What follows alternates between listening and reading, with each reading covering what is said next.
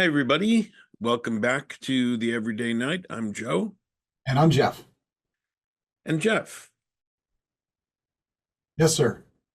How are you? I'm very well, thank you. Um, had a, Good, had a pretty good week. good. Interesting things have happened, and makes me take a new look at anything that makes you take a new look at your life and decide with that it's not so bad as it is good. It is good. Yeah. Okay, good. And you, sir, how Well, was thank you for your? yeah, good.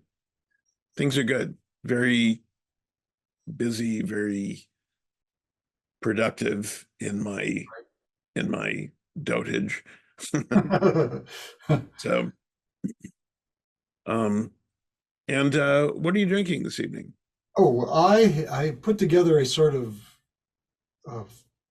quick and easy sort of a mule with some Kraken dark spiced rum, a little splash of lime juice, and some Fever Tree ginger beer. Release the Kraken. Yeah. We the quacking. And your beverage for the evening, sir. I have something of my own devising.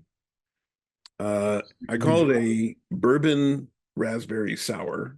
Oh, all right. Um, it's an ounce and a half of Basil Hayden bourbon, 1 ounce of Pellini Rasbicello. It's the raspberry version of their limoncello.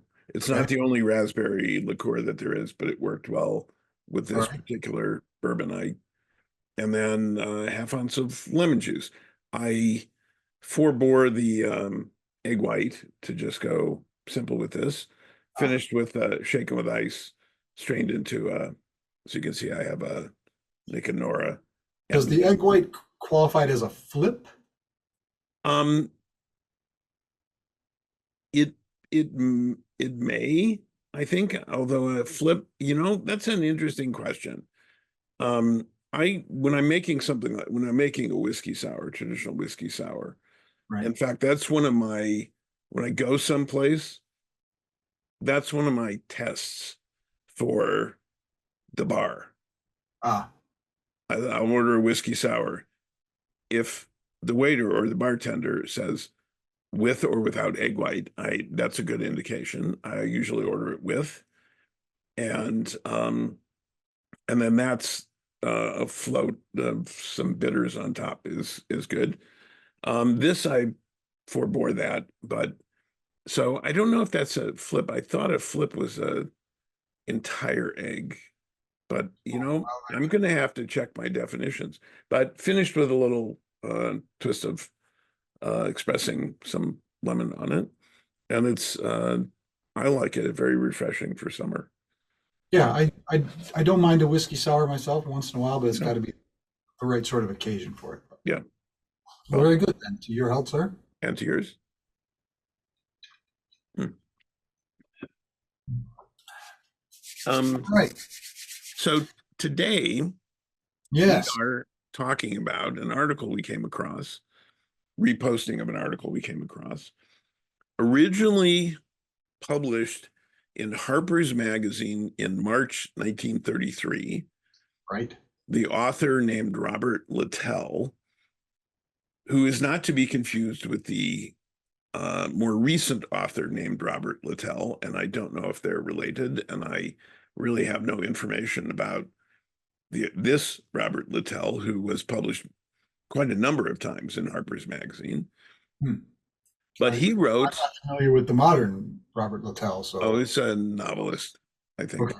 okay. He, but so this is entitled "What a Young Man Should Know," or "What the Young Man Should Know," 1933, a checklist for becoming a proper man. Right. And I find this going through it here, reflecting in some ways our discussion we had about Heinlein's list of Exactly. competencies that a person should have. And when was Heinlein's published? That was Oh, I in want to the say 50. 60s, Yeah. 50s, 60s. Yeah. So I I think it's the articles I find interesting. First of all, just that it's when it's reposted what a young man should know, but in the parlance of the 1930s, what the young man should know. Right.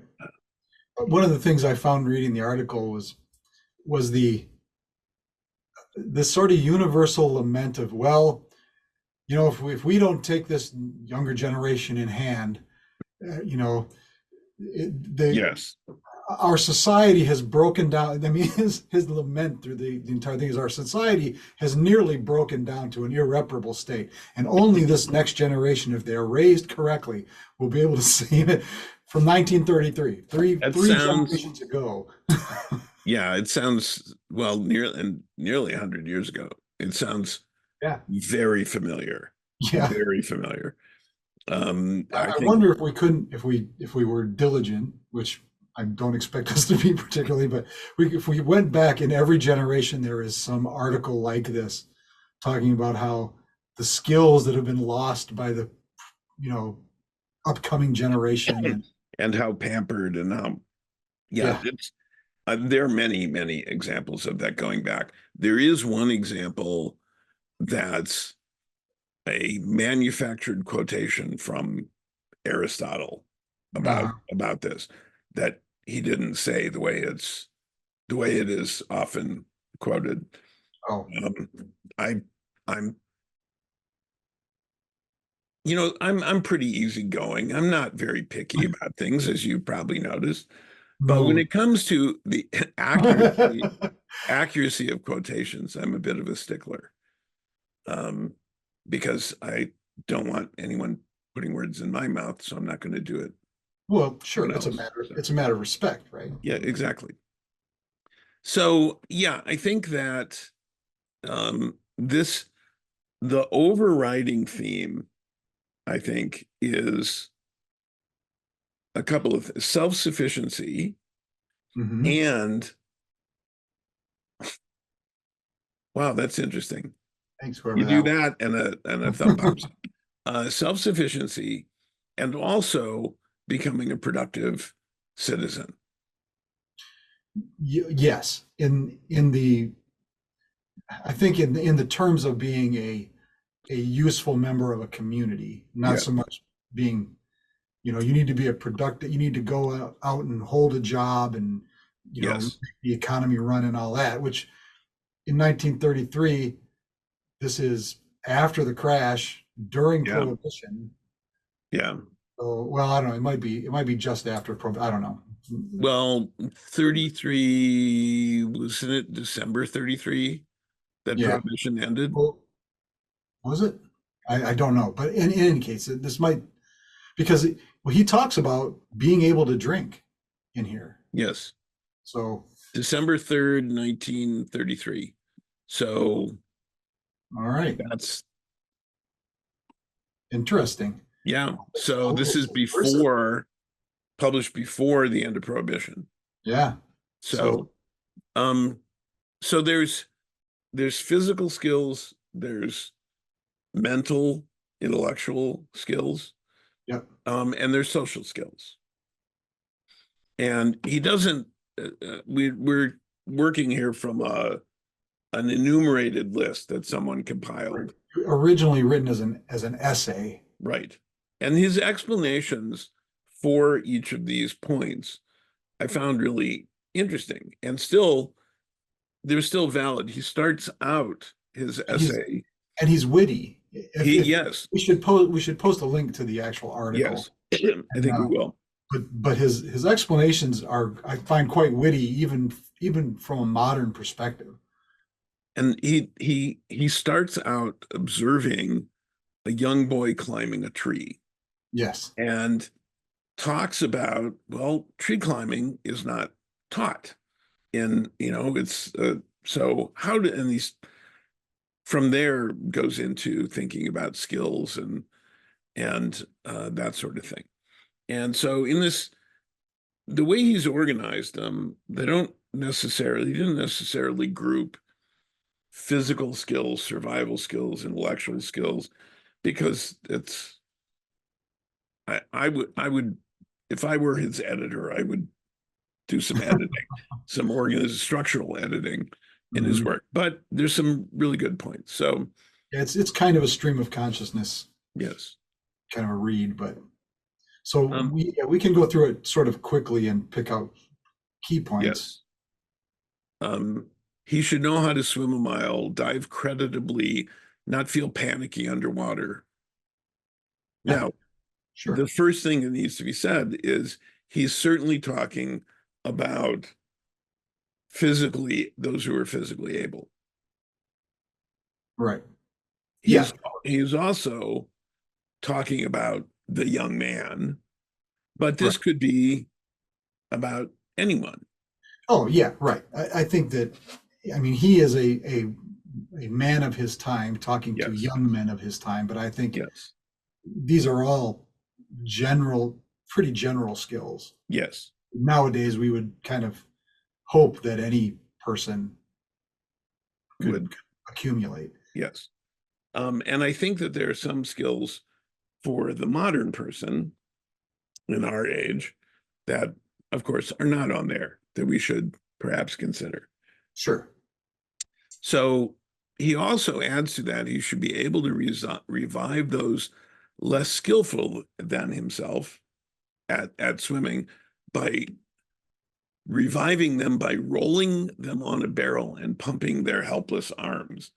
Now I want to know when did accepted CPR practices become Um, widespread enough through the Red Cross? I took my first CPR class when I was in junior high. Yeah, and I think elementary And school or yeah, early and junior high. I've taken CPR every several years after that because it has changed Yeah, the way it's done. Now that the standard method based on new research and findings has changed. Um, he should be able to drive an automobile well and not altogether helpless when the car breaks down, know how to change a tire, offer some sort of diagnosis when the engine sputters and dies. So that's increasingly difficult with modern it is, skills, but but I would advise that people that there are little devices you can plug into the information port in your car to diagnose it yourself. you might not be able to fix it on No, the but you side of the might, road. right. But I think a person ought to be able to, as he says, change a Change a flat tire. tire Yes. and check and refill all your fluids. Yes. I think that's And a basic. yes. And I had the experience, and I mentioned this before. I don't know why I was driving like I was where I I seem to remember it being like in well, somewhere. It was on a highway, it was hilly, kind of, it was night and it was raining. And as I was driving, I passed a car there was a car stopped on the side of the road, and I could see a group of women standing out, Mhm, outside the car. So I pulled ahead and I approached their car very carefully mhm. and asked, could I help? They had a flat tire and they couldn't change the tire. Um, and not that they didn't know how, but they didn't have the physical strength to. Right. So I actually went back to my car because I always carry a Or way. four way lug wrench, Yeah. and I changed the tire, and they said, "Can we offer you money?" I said, "No, no, of course not." Well, why did what can we do? I said, "You can pass it on. You see somebody in trouble, help them." And they said, "Well, can we ask you why did you stop?" I said, "How often does a man get to be the knight in shining armor coming to the rescue of a group of lovely ladies?" It was Right. actually like a multi-generational grandmother, mother, Of course. daughters, aunt, that sort of thing. So it was good. I felt good about that. I still feel good about doing that. And hopefully they did pass it on. But it's it's useful to be able to do that. And my father made sure that I could change a tire, Yeah, um, right. which was really useful. And he taught me that before I had driver's ed, where we're supposed to learn that. So, That's um, interesting. I don't think we learned that in driver's ed. I same with I knew how already by, as you say, taught by my dad, but mhm. I don't remember. I think it might have been you know uh, something explained in class, but we certainly weren't Yeah, taught how to go and do it. But yeah, practice. it was a little more. Did you have a road experience in Oh driver's yeah. ed? Yeah, yeah, So let's moving on with the list here. Able to drive an automobile, he ought to know how to. Now this is interesting. He ought to know how to clean, load, and shoot a revolver or a rifle. yes. Um, I think that's very interesting, and I think that that adds actually good knowledge for Yeah. people to have. I think also, and I've said this before, certainly the issue of gun violence is much discussed. Yes. And one of the things that people need to do, I think, to be engaged in that discussion is at least understand the terminology and the facts involved, the data. The decision making should be based on data, actually. And there are people who I get so tired of people arguing from. I'm not invalidating people's feelings, but there an argument based on feelings rather than on data is simply a frustrating experience for everyone involved. Yeah. I I feel this must be true. It's what Stephen Colbert called truthiness in the very first episode of his old show. It feels true, so it must be. well, I think it's hard to have a discussion with someone who talking about something they have no familiarity with whatsoever, and in fact find familiarity with it, find familiarity with the subject offensive itself. Yes, So that's that. How do you have a conversation with somebody or talk about either side if you not only do you not know, you don't want to know, you reject the knowledge because the knowledge itself is somehow offensive to you, and I think that's yes, ridiculous. I agree. And even if you're opposed to something, it's the old saying to know thy enemy, the Right. knowledge, know what you're talking about. Your argument will be stronger or should Yeah. be stronger. Um, and while language evolves, you have to agree. I said this so many times. Every discussion should begin with an understanding of common terms and definitions, Right. because otherwise people use the same word to mean different things and different words to mean the same thing, and it goes nowhere. So, And even in our modern society, guns are such a part of American culture. You, mm, for whatever you think about whether people should have them or what kinds they should have or whatever, we're not. I wouldn't expect anybody to be able to take down, uh, an AR type rifle and put it back together again. But loading a revolver and firing a rifle are pretty basic things. And cleaning them, yeah. And I would add to that, um, he says a revolver, but this is not that long after the invention of the semi-automatic 1911 yeah, pistol, which are actually much more common now. So yeah, I think it would, and some people have shotguns, and so so I would say if you should understand these things, understand the language, understand how they are used and how they are safe, even if you choose not to use them. But certainly if you have them, you need to know how to use them and how to take care of them and clean them and secure them. yeah, sure. You So certainly own them. And Yes, and in some ways, it's kind of like the driving an automobile thing. Like if things go terribly wrong, you want to have a certain base competence with the tools necessary to get out of that situation. exactly. So, all right, Um, that's I think enough about that. yes. As for self-defense, man should certainly be able to take care of himself in a scrap. He need not learn jujitsu. Old-fashioned boxing will be enough. Um, Well, Interesting.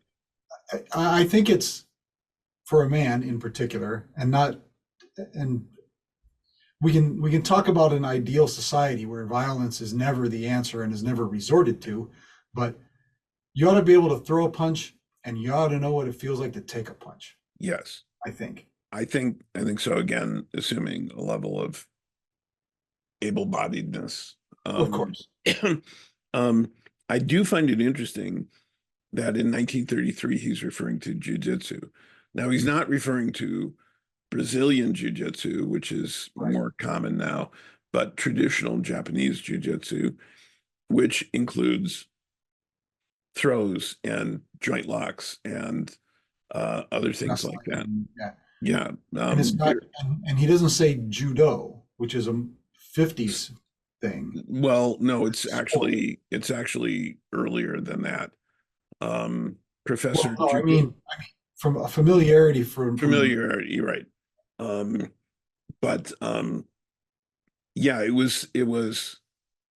it judo became a sport yes, version for exactly. training, but um the throws are similar. I Yeah, mean, right.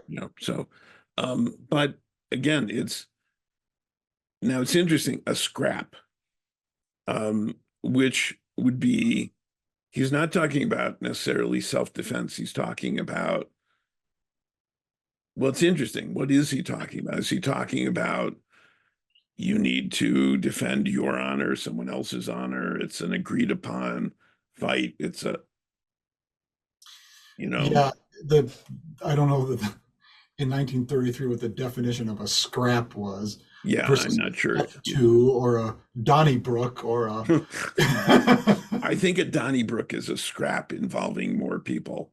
I think a okay. Donnybrook is more like what we would call a mob.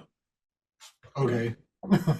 So But it sounds like, you are in a physical confrontation with somebody. I think that's right. all I'm talking about. So you ought to be able to handle yourself Yes. passably well. And I think that one of the things he doesn't talk about, unless I've missed it, is something that we would now refer to as situational awareness. How to recognize a developing threat so that you can avoid it, prevent it, be prepared before it, something like that. So that suddenly you don't just find yourself in a scrap taken Yeah. unawares, but that you're prepared for it. And so I think that's a useful I, skill I that I agree. I can see how, I mean, but it's kind of a specialized thing. It takes a yeah, little bit of training and practice, it does. as does, boxing Yes. or jujitsu or whatever. But yeah, I think that from a modern viewpoint, that knowledge, that ability to understand your surroundings and the developing situation is more important than being able to fight your way out of it. Yes. Of being able to avoid it. And Yeah. with something else that we've talked about before in when we've talked about self-defense is particularly now when everybody's got a camera, uh, how Mhm. to how to defend yourself in a way that you are clearly defending yourself and not being the aggressor, Right. and so there are tons of self-defense videos where they talk about, you put your hand up and you're actually in a ready position here, and the Right. things you can do from that rather than, you know, and so how do you defend yourself from there? Because to an outside observer, you will look like, no, no, you're saying, no, please, you know, I don't Yeah. want to Sure. fight. And then, but you're actually in a defensive posture. And he doesn't really talk about that. And that's, I think, something in the litigiousness of modern society makes it more Yes, important. exactly what I was going to say. I think in 1933, a couple of fellows, would step outside, and the loser would just go off, lick his wounds, and try and heal his pride, and the winner might go back and have a celebratory drink, and that'd be the And end of it.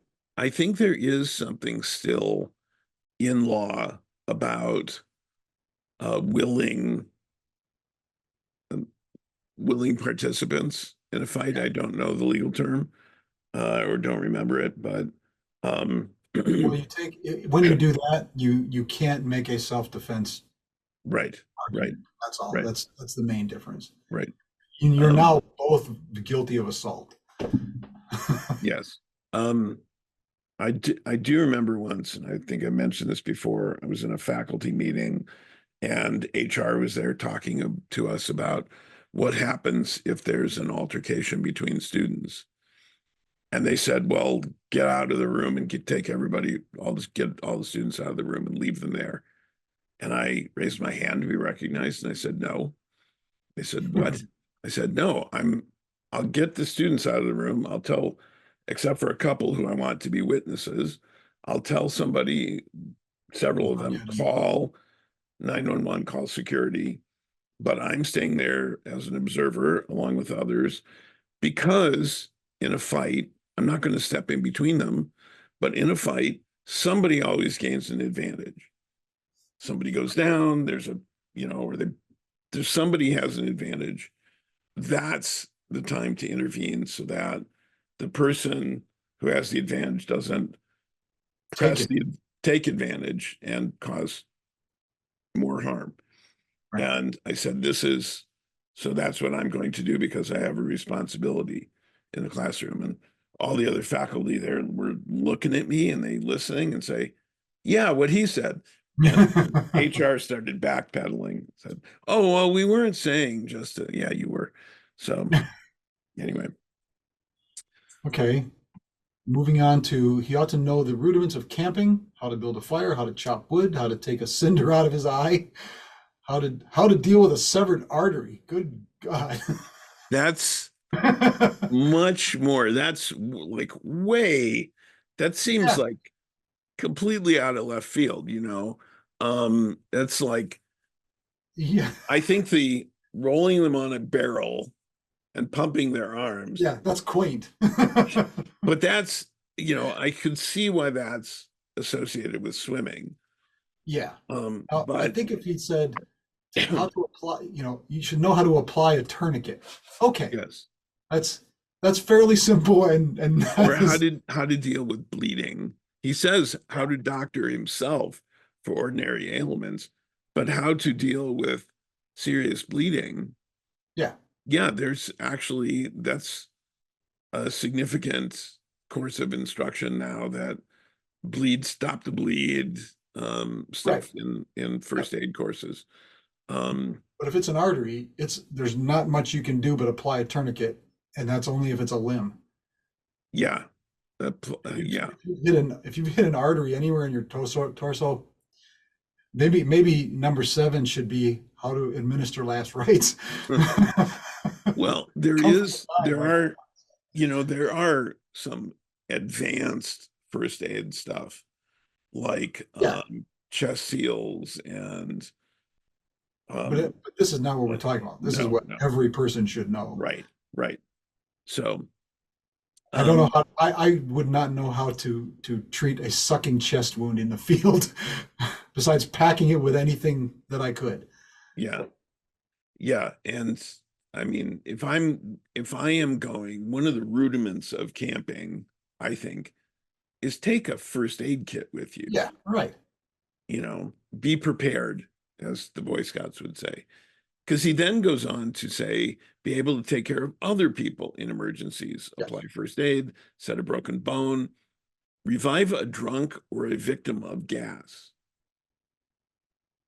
All right. Okay. Deal with a fainting fit, administer the right emetic or antidote for a case of poisoning. So now we venture into dangerous territory there. You Yes. call emergency medical Yes. professionals. Tell them what they have consumed, and they will tell you should the person be an emetic made to throw up, Yeah, or should you give them, something to dilute it, right, like milk or something, or right, yeah. Well, this is also now you have now you have a medical professional at your fingertips, literally. yes, This in 1933 that wasn't the case. You might have to walk 2 miles to a phone in right. 1933. So I I would also say that you should take a first aid course. sure, well, yeah, that First, goes back to the earlier one. yeah, and yeah, exactly.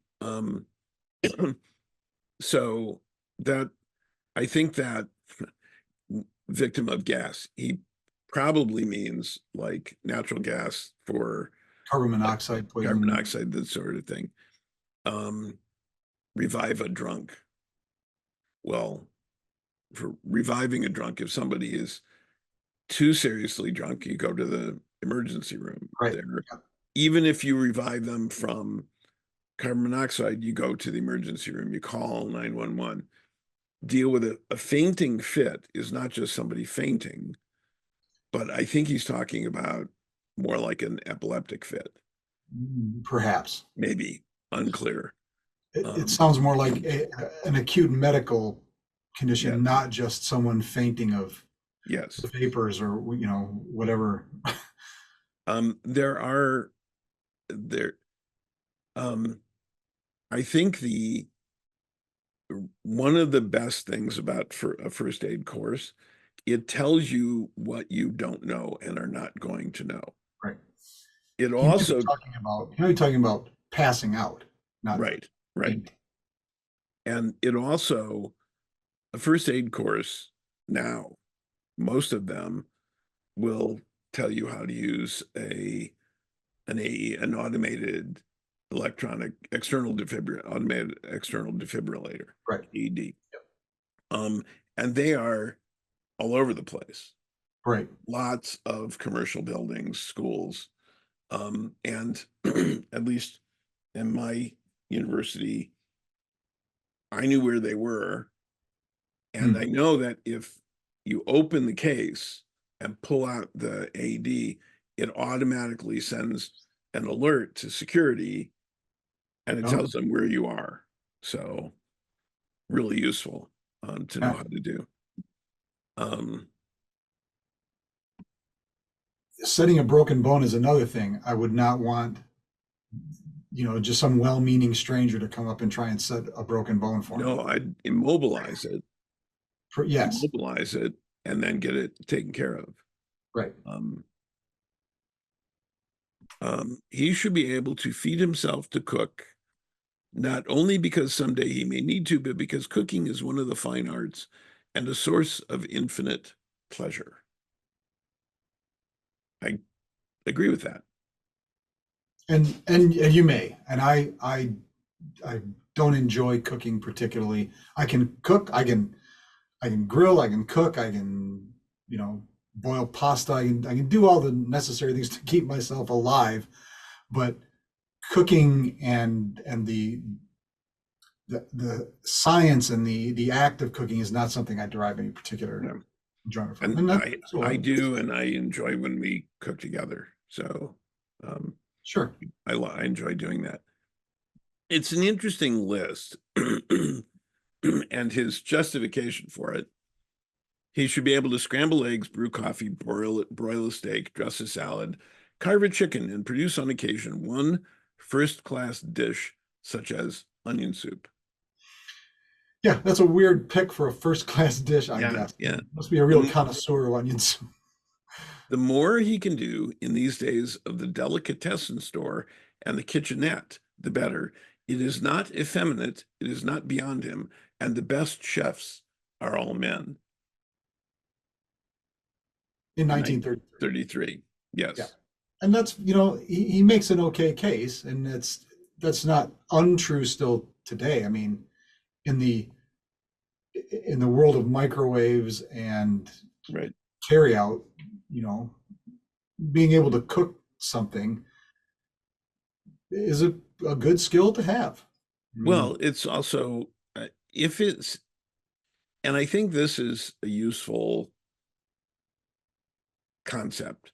If something is a useful skill, it's you might as well enjoy it. sure. And I saw something. I think it was a commencement speech in this season of commencement speeches where someone said, "Don't follow your passion, follow your talent, follow your skill, Hmm. Okay. follow what you're good at and get better at it, and devote your energies to that and devote your time to it and keep getting better at it, and you will find it becomes your passion." I thought that was interesting. I don't know Yeah. that that's entirely true. There are a lot of people who have done things and been very good at them and not enjoyed it, but I think there was a point to that, and I think that'd be worthy of a discussion. Um, You should know how to use paintbrushes, a saw, a hammer, and other common tools. So I think what he's talking about, like a house painting brush. yes, yes, and again, my father taught me Yep. these skills, um, and We actually, I mean, back back in our day, back in the olden times, we had shop classes where you learned the correct way to use tools, hand tools, woodworking, metalworking, all those things were available to us. I still, I still grind my teeth whenever I see somebody trying to use a file by just like scrubbing back and forth with it. yeah, And I have this need to stop and say, look, a file, just like my shop teachers in the back of my head saying, a file is not a grinding tool, a file is a cutting tool. It only cuts in one direction. mm, Use it like that. You are ruining the file and you are hurting your piece by dragging it the other way. yep, Just one of those little things that I think having this kind of an education. Same with a saw, right? A yeah, saw, oh yeah, most saws really only cut, unless it's a Japanese saw, which is a pull yeah, saw, but it only cuts when you push on it. And so you can concentrate, and they're built, designed, the handles are made to pushing, yeah. for that motion. I think understanding how to start it. Yeah, That's sure. one of the things I remember my dad showing me is how to get it started so you can then, and how to position, how to use these tools so you don't hurt yourself and need to, severed artery and that sort of Right, thing, right, right. is really important because it's so easy to hurt yourself with In, even with simple hand tools. and now I think it might be useful to be able to use common power tools. Oh Like yeah, absolutely. Sure. I would say, you be able not to be able to use a circular saw and a jigsaw, And a drill. Yeah. drill. It'd be nice to know how to, know your way around a table saw Yeah.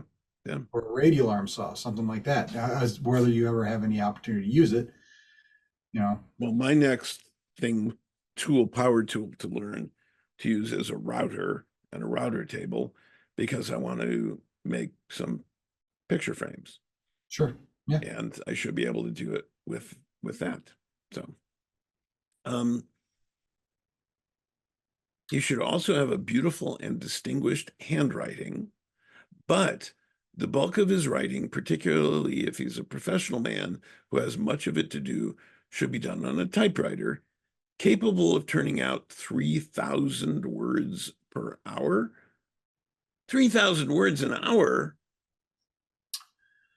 Well, that's 50 words a minute.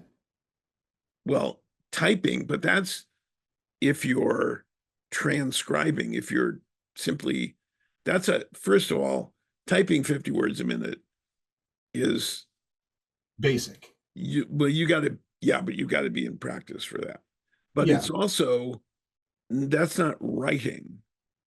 That's typing transcribing, typing what someone Okay. else has written, that sort Well, of thing. right. You're not composing. Right, Yeah, right. sure. because that I think is more important, to be able to write well and clearly, to be able to particularly to write clearly, um, particularly in in what I would call business standard English Hmm. for communication, rather than simply in the vernacular that you speak with your friends and family, or in text speech, texting, um, which Yeah. is, you should be, if it's, yeah, you, people should know how to use typewriter, a keyboard. Yeah.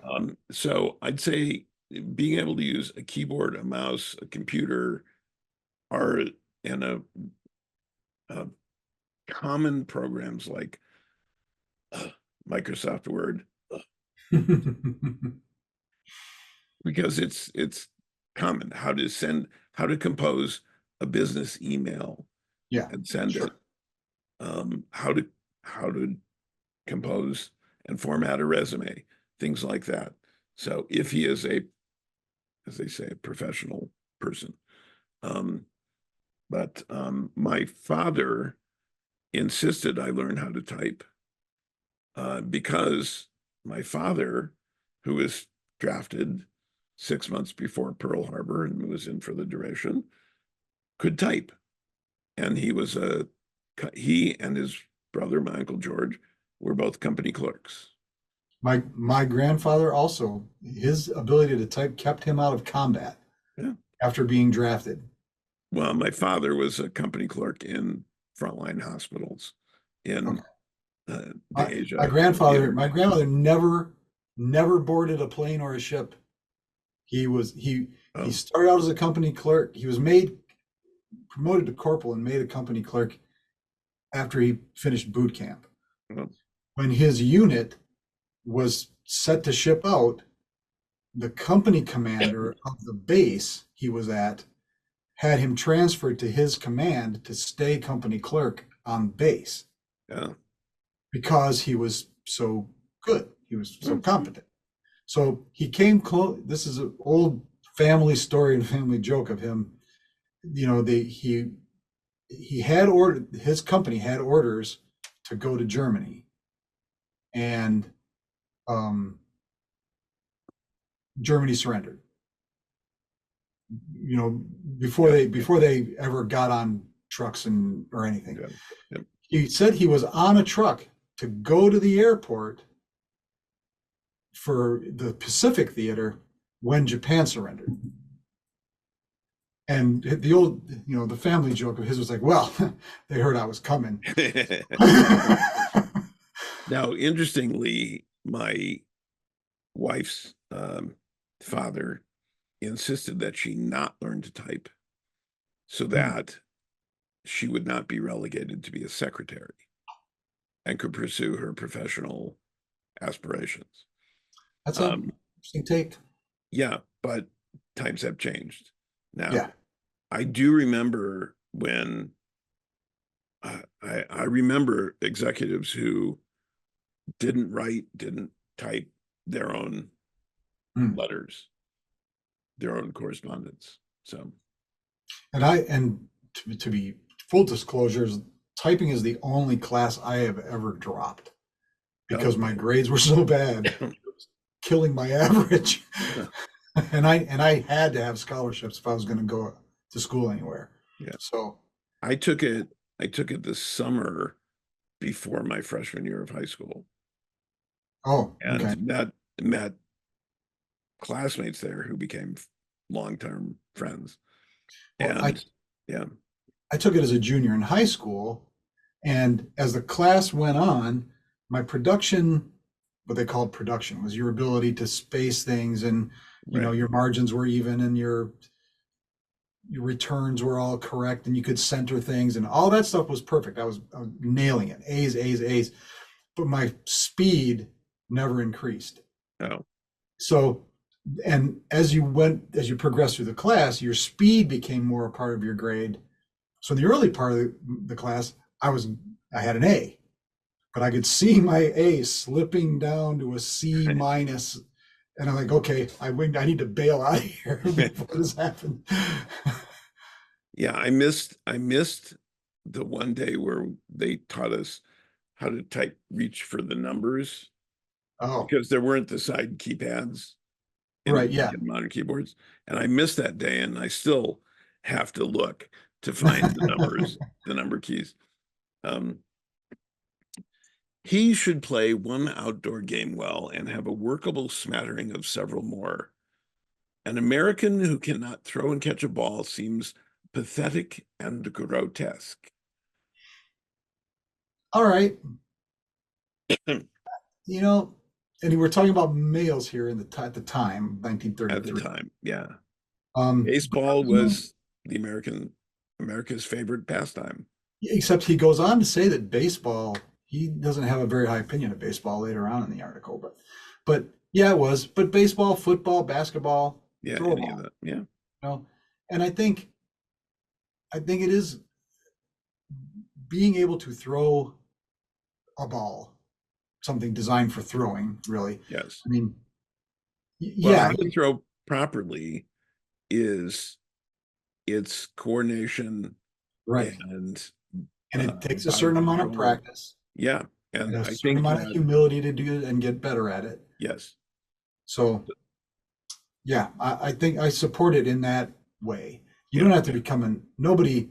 I don't think anybody is required to be an athlete, No. and he's not. I don't think he's saying that. A workable smattering. I think it's good for you to understand sports in the rudiments of most Well, and sports. yeah, there are people who talk derisively about sports ball, Yes, and that bothers me when people do that because there are people who really like it. sure. Don't yuck somebody's yum, harsh somebody's buzz, be a downer, let people enjoy what they enjoy. And if Sure. it's not for you, fine, it doesn't have to be for you, but let people enjoy it who enjoy it. And I'm not a sports, we've talked about this before. I am in no way a sports fan. Mhm. I'm not really a fan type, but I don't follow a team or a club or any of that stuff. That is all to me, these are professional people doing a job and they're making money off of you. Yeah. Well, Great. I I like watching baseball. I Um, don't see, and I find baseball moves too slow to hold my attention, but I love baseball movies. yeah.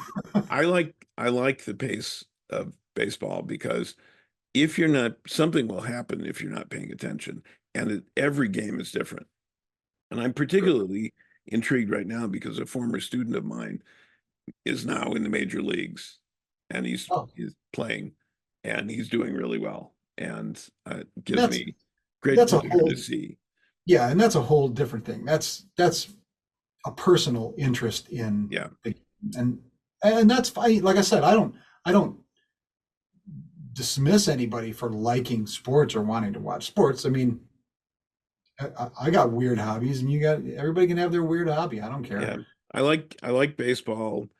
I do not consider it what my brilliant wife said that her father described baseball as 5 minutes of excitement jam packed into 3 hours.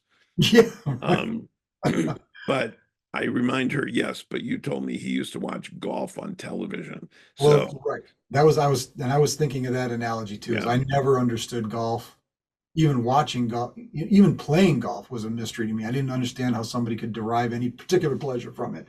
Well, it's I fun get it hitting something that's not trying to hit you back, is the Well, way. there's that.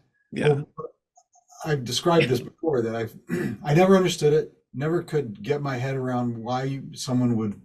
I mean, competing in a team sport where your athleticism and your you know awareness of the field and all that stuff helps you play and get better and win, Mhm. right? I mean, I played while I'm not a fan of any sports teams or leagues or anything. I played all three, baseball, football, basketball. I Mhm. wrestled as a younger kid, but and I played golf, and I've gone bowling, and I'm a passable bowler for never doing it, once every 3 years. But um, I never understood golf, even after having tried to play it once, until I started fighting. Oh, And yeah, then I stumbled upon a pro TV show, and the guy's talking about a drive, and he's talking about where you put your feet and where your hips are and the alignment of your arms and the way you rotate your shoulders and how the power comes from your hips. I'm like, oh my yeah, God, I'm starting to get it now. yeah, And I think it is related to the experience that we have had and everybody that we know in our sport, of the practice, practice, practice, practice until you finally deliver this effortless shot. yes, It's perfect and it lands and it feels like it's floating through the air of its own accord. yeah, And you hit the person and they stagger and they say, whoa, that's plenty good. You don't need to ever hit me harder than that. And it felt like nothing. nothing. Yeah, And I think that is just like hitting your first 350-yard drive. yeah. And you keep going back to try and get that feeling again, I, however frustrating it may be. I think that my appreciation for golf, which I had no knowledge of and hadn't ever played uh, until that point, changed when I read Ian Fleming's Goldfinger. Um, No. not the, I mean, I saw the movie before I read the book because my dad used to, and I used to go to James Bond movies. But the scene where Bond is playing Goldfinger at golf, Mhm. the book is Fleming describes the strategy of the game in a Oh, way that gave me a deeper appreciation of it. Do you risk hitting this way, or do you play it safe and right. hit two shots this way and do so I thought that was really interesting. Did you know that the bicycle is gone? I heard that rumor, but Yeah. I mean, I don't own a bicycle anymore, although I did right up into my late 30s. The bicycle is gone, yet every young man should know how to ride one. Again, it's just another one of those things that takes a certain amount of perseverance to learn how to Yeah. do. And the bicycle is not gone. No, it's not. It's So probably more popular among adults than it ever was in the 30s and the 50s. when we were kids, we rode our bikes everywhere. Oh, yeah. Geez. We were like, I'll see you tonight, you know. When the street lights come on. Yeah. um, he should also be able to skate, sail a boat, and handle a canoe passably. Um, I don't know how to sail a boat. I can handle a canoe. I've done it a few times. Mhm. Skating, whether ice skates or roller skates, I could never find skates that fit my feet. So ice skating was simply a painful, Once again, we say if you're physically able to yeah. do these Well, I things. would need to get custom skates, Yeah. ice skates or roller skates or rollerblades to fit my feet, Yep. because I have very wide feet. You could get the old school, clamp on metal ones. See, I had those when I was a kid Yeah. and ruined many pairs of shoes with those metal wheels that were really rough. Oh, and the And clips that would hold on to the lug of your soul. yeah, and Yeah, until it pulled them off. right. Um, But I actually, I mean, I grew up in my high school days were in deep in the heart of disco. And oh, every Friday night we went out to roller skating, and we went roller skating from 7 to 10. And then at 10 o'clock, the rink turned into a disco, and from 10 to 1 it was dancing. And that's what we did wow, on weekends in the summer when I was in high school. wow. So I was never very good at ice skating, and I think it's just I don't have very strong ankles. Well, And so staying up on my grandfather was a low tier competitive figure skater. And oh, cool. I remember, their little lake, in their trailer park, they'd clear it off and he would, in his 50s, had to be 40s, 50s, doing amazing things, jumps and twirls. And he and my grandmother could dance, skate together and stuff. It was, Nice, nice. yeah, I was always very impressed by it. And never played hockey or any of that kind of thing where the skates might have worked better to my benefit. But Yeah, the roller skating, I tried roller blading one time, same thing as ice skates. yeah. So four wheel, old school four wheel roller skates with the rubber stopper on the front, I can do Well, past those well. I think the big innovation was the plastic wheels. Like also Oh, sure. on Yeah, yeah. skateboards. I remember when I was an undergrad, there were guys who were skateboarding, and it was just when they were transitioning from the metal wheels to the plastic Well, there wheels was, on skateboards. if And I'm not mistaken, there was a sort of a hard grit wheel yeah, in between the metal rim wheels that you're talking about and the polyurethane wheels that are most common now. it was kind of it was a transitional Yeah. time, and I saw guys doing this, and it's like, yeah, that's something I would like to learn to do if I'm wearing a full suit of armor. Yeah, Um, right. Fishing is a specialty like chess. So I think fishing is a specialty, but I think everyone should know how to play chess. I think it's one of those you should at least understand the moves and how each piece moves and understand the rudiments of the Yes. game, because it's a useful game for understanding Well, strategy and thinking and tactics and reading people. Yeah. particularly with men, I find it a touchstone for their culture and education. Yeah. I don't require, because I'm certainly not. I can play, and I have played since I was a kid. I'm not particularly good, I wouldn't say, but yeah, I think you're right. I agree with you completely. You should be able to know. You should know the proper names for the pieces. You should know how they move, and maybe, you know, some basic things like what castling is, and Yeah. that The kind of stuff. yeah.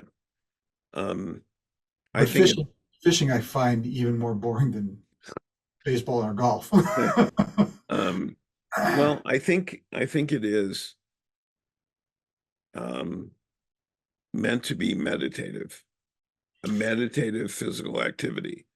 Well, now I in all the fishing in my experience has been like that, where you sit in a boat for 4 hours and you think about what a waste of your afternoon this has been. But however, I have never tried fly fishing, which to me I think adds a level of skill and strategy that just sitting in a boat with a bait in the water doesn't have. because you're trying to emulate the thing that the fish would go Well, and after. even the skill of casting Yes. accurately and in the right way there's an element that takes practice, and then there's skill built into it. I will always remember a friend of mine. We were at a cabin on a lake, and he fancied himself a fisherman, and he had this very expensive lure that he put on, and he tied it on, and he cast it, snap, boom, into the water, and like very first time. It's like, Wow. I don't think you're supposed to cast them out. I think you're supposed to you This know. is, I mean, now a real fisherman, the fish would pick up that lure and bring it to him. Yeah, there you go. That's a um, real fisherman. walking is a noble but neglected sport. Americans hike once in a long while, but seldom walk. Okay, What do you kind of think? fair. Yeah. Um, We are a country on wheels compared to the I rest of think the it, world. yeah, and I think it does depend on the city. I think, Yeah. or where you live. If you live in a major metropolitan city, you walk or take the subway, or now more lately, well, a cab or an Uber or Lyft. Yeah, right, sure. But certainly walking.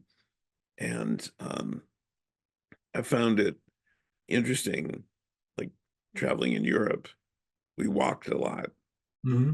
and we would take the train, but that was it. And it was fine. And that was, and rather enjoyed that. You see things at that slower pace Oh that you yeah, wouldn't see otherwise.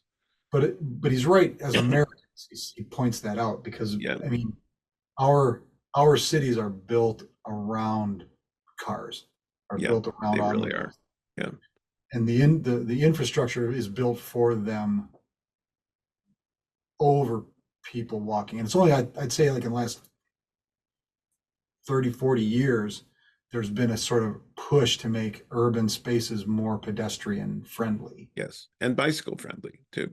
Okay, sure. Um, I'm not sure it's really working. I'm it's a laudable ambition, but I think that there's a dichotomy here, kind of that we're trying to revitalize our downtown. We're trying to bring small business here, but we're also trying to make it more pedestrian friendly. Well, if you can't park near the shop you want to go to, nobody but people in the 3 block radius are going to go to your store. I think that they're actually working on how to bring people close. And then, yeah, I don't, I see what you're saying. And I think the problem is exacerbated by Amazon and online shopping. Um, Well, if you but see it as a problem, you could say that Amazon is alleviating a problem. yeah, But and yeah, yeah, yeah, come see, come saw. yeah. Um, he should know a great deal about animals and how to take care of them.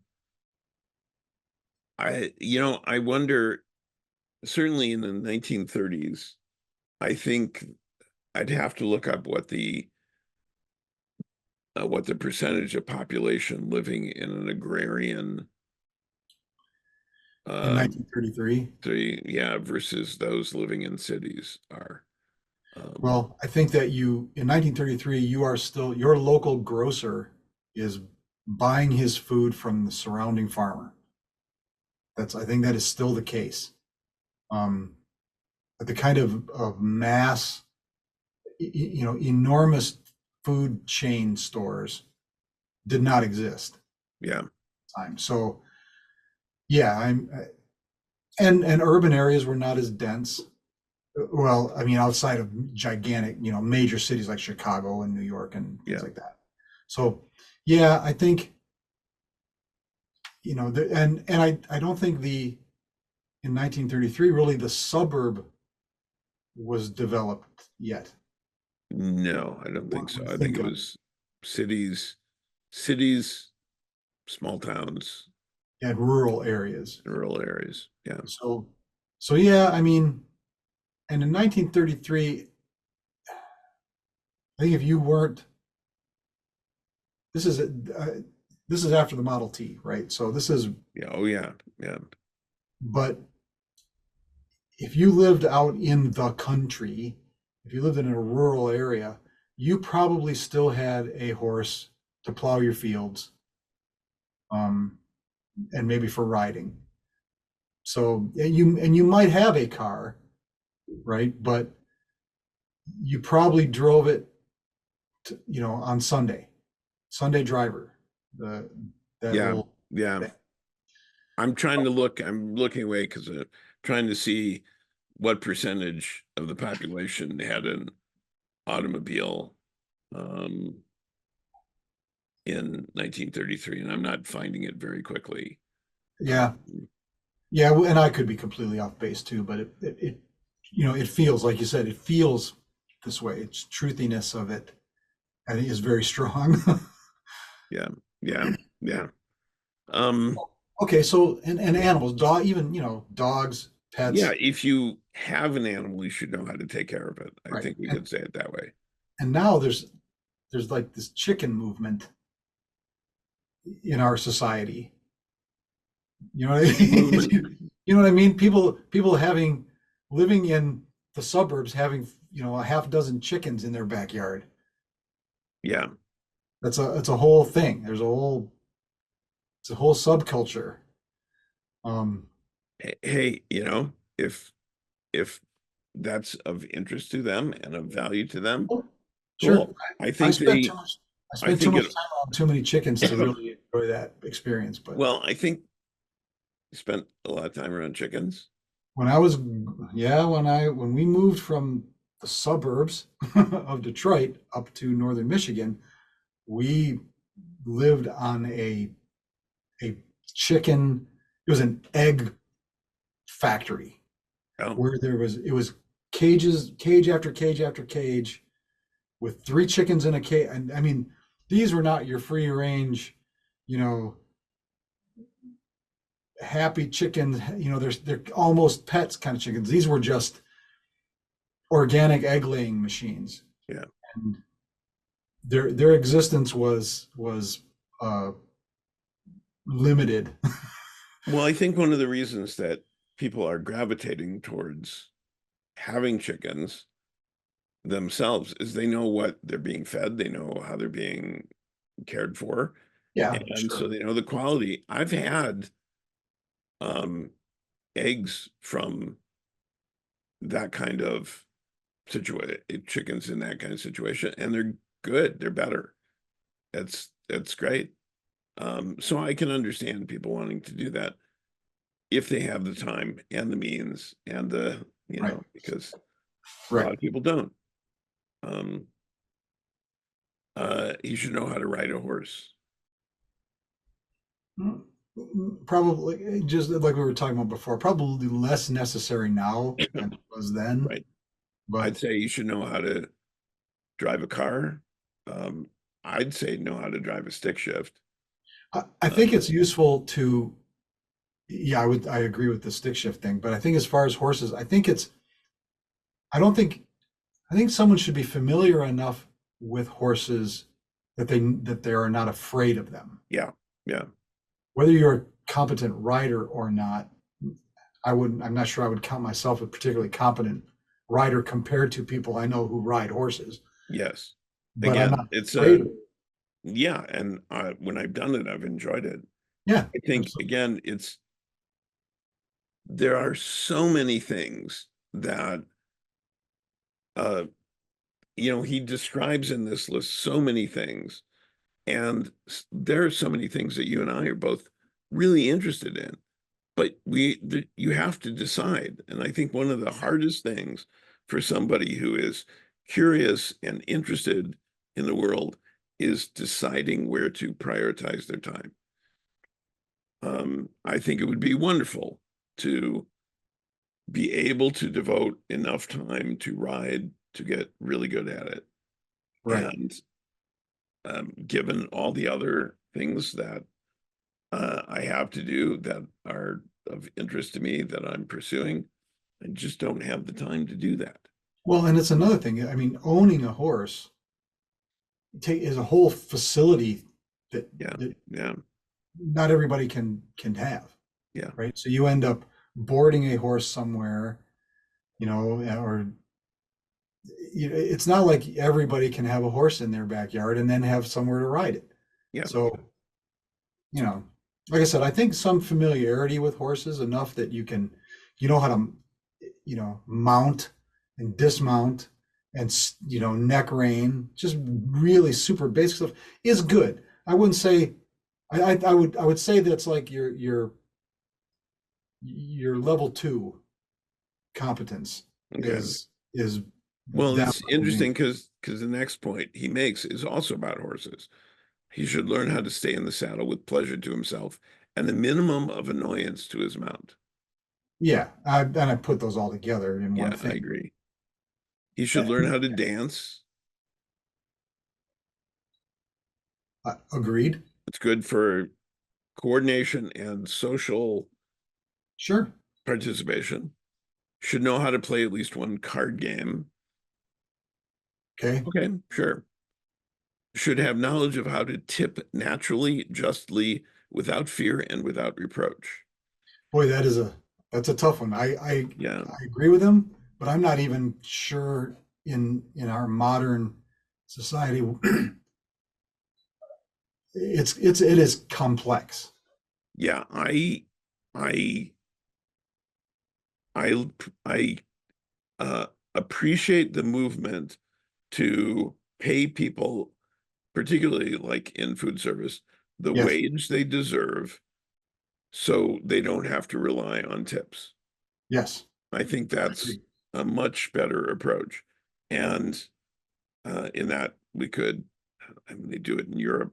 We could eliminate tipping, you know. I am going to explore. I'm going to Europe in a few weeks, and I'm going to explore this, in a mindful way. Like how is it different here, and when's it appropriate? When is it Yeah, considered an insult? I've heard in yes, some, yeah, but I think it's a very complex thing. I bet we could do a whole episode on tipping properly, yeah, tipping correctly, yeah. Um, because I think it's a range. It's a gray, yes. you Well, know, and there are also people who abuse it and do it really, they leave it's showboating. it. Yeah, it is. Yeah. So, um, on the matter of alcohol, he should learn his capacity and stick within its limits. He should know something about the different kinds of drink and which drinks produce chaos within him when mixed. I think that's a hilarious phrase. Yeah. Produce, and I think I may use it. I think, oh no, no, no, I can't drink that. That will produce chaos within me. The thing is, you Don't and I cause both know exactly what he's describing. that. Yes, of course. And Yes. I think he's referring particularly to like physical chaos. To Yes. like, oh man, that was not the right combination. Excuse me. Kind of Yes, exactly. a And as I said, you and I both know exactly what he's talking about. oh yeah. Um, and I think that learning your capacity and how to stick to it, I think is very useful. And we start every episode Yeah. with a drink, but And it takes it's us an hour and a half to get through it. right. So But um and I think this is another thing for every person. This is again not just men. This yeah, is everybody ought to understand what their capacity is, right? The whole we've talked lots about moderation and what discipline and moderation and moderation in moderation. Every once yes, in a while, it's okay to cut loose if you're in a safe environment and you're yes, not going to harm yourself or others. You know, let yourself get a little yeah. sloppy. Everybody will But laugh at you and they'll I have a think good story. I think the key is safe environment. Yeah. There are so for example, when women talk about drinking, if a woman is at a bar, Yeah. women are taught to keep their hand over the top of their drink so no one can slip something Slip into up it. Yes, using the parlance of 1933 here. yes. And so I think while we're saying these skills are useful, Hmm. whether, even though he wrote it for men, it's useful for men or women, I think there are additional considerations in these skills that women take into consideration. I think you're probably right. I think there's lots of these. I think Yes. there might Yes. be nuances that we don't particularly appreciate. Yes. And I think the next one is particularly appropriate to this point. Where sex is concerned, nature clearly intended us to make many mistakes in her hope that some of them would be productive. I find that very amusing. That whole sentence, I think, is clearly intended us to make many mistakes. Make mistakes. Make it when you're young. You're going to make mistakes, and you might as well make them over and over again. Well, I think I would have to go back to the original and see Yeah, rather what than that this actually. There's summary. probably a whole paragraph around that. Yes. What kind of mistakes? And I have said before when I've given advice to people, and maybe we could expand on this, avoid what did have adventures, have experiences, but avoid death, dismemberment, disease, He's dep dependence, detention, jail, uh-huh, uh-huh. and there was one more, and I've forgotten There's a what it was. 6D Yes, I drama. forgot. Well, that's a good one, but I'll have to. Now I've forgotten my own. See, my best advice for this to young men is this that stripper doesn't really like you. Well, I would also say be discreet. Do not boast about your experiences. Don't um, critique, insult your dalliances, your paramours, your lovers. Don't insult them. Don't boast about them.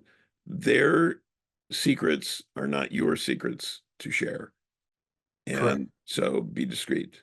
And that's um, what I would say on this.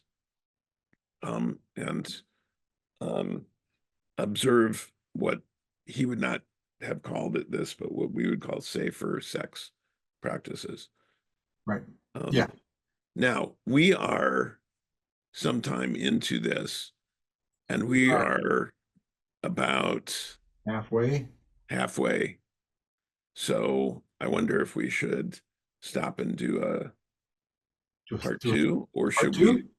You can do a part two. We're at number 22 of 35. So we're a little past halfway, but Yes, God knows what our digressions will be as we go through these. yes. We So we we indulged in some anecdotes in these early ones that we might have saved ourselves a little time that way, but that's yes, just not our way. no, it isn't. Um, Well, let's do that. Let us do a part two okay, as a supplemental, and then we will be free to indulge ourselves in our anecdotes a little bit yes, last half here. okay, And what so we ended with sex. Okay, that's and yeah, we he's getting into some vices here, so this ought to be actually pretty good yes, for another session. yes, I think so. Um, so So that being said, that being then said, for this for part one of this session, thank you for showing up and listening. Please share and like and share and recommend us to your friends. Send us some ideas for subject matter. I mean, we're going back to 1933 for subject matter, for God's sake. Help us out here. Uh, and until we see you again, which will be very soon with part two of this, yeah, be thou a good night. and true.